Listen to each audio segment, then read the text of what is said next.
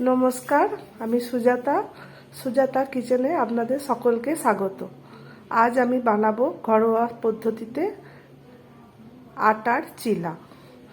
তার জন্য আমি নিয়েছি প্রথমে একটা টমেটো কুচি করে কেটে নিয়েছি, একটা পেঁয়াজ কুচি করে কেটে নিয়েছি, এখানে কিছু লঙ্কা, ছোট্ট একটা আদার টুকরো, 2-3 কোয়া রসুন আমি ছোট ছোট করে কেটে নিয়েছি, একটা ডিম আমি ফাটিয়ে রেখেছি, কিছু গাজর কুড়িয়ে রেখেছি, আর এখানে নিয়েছি কিছু স্পাইসেস যেমন হলুদ, লঙ্কা গুঁড়ো, নুন ও একটু ম্যাগি মশলা। আপনার ঘরে যদি ক্যাপসিকাম বা আরও কিছু জিনিস থাকে তাও আপনি অ্যাড করতে পারেন। আর নিয়েছি আমি আটা। এবার আমি সব জিনিস একে একে অ্যাড করব।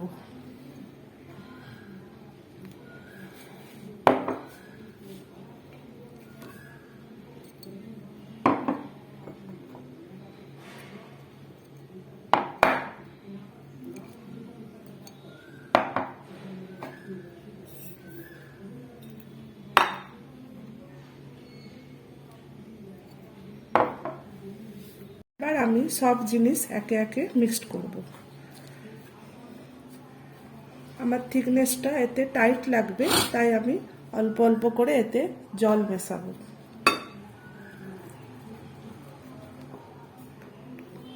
দেখুন, আমার কনসিস্টেন্সিটা ঠিক এরকম হবে, খুব হালকাও নয় আবার খুব গাঢ়ও নয়, ঠিক এরকম টাইপের কনসিস্টেন্সি হবে।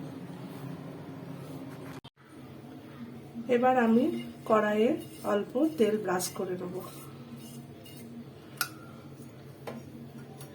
এরপর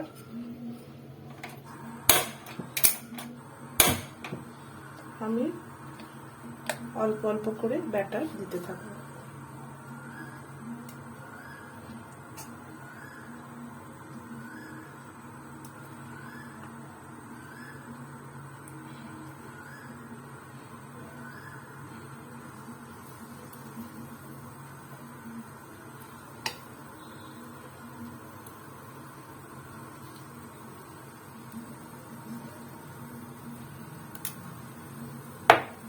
এবার আমি কিছুক্ষণের জন্য এটা ঢাকা দিয়ে দেবো।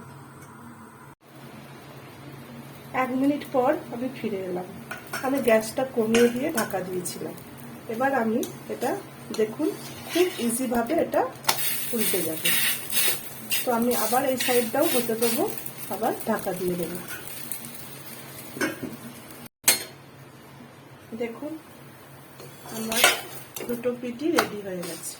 মাঝখানে আমি গ্যাসটা অল্প বাড়িয়ে দিয়েছিলাম, আবার কমিয়ে দিয়েছি। এইভাবে আপনারা ঘরোয়া পদ্ধতিতে আটার চিলা বানিয়ে নিতে পারেন।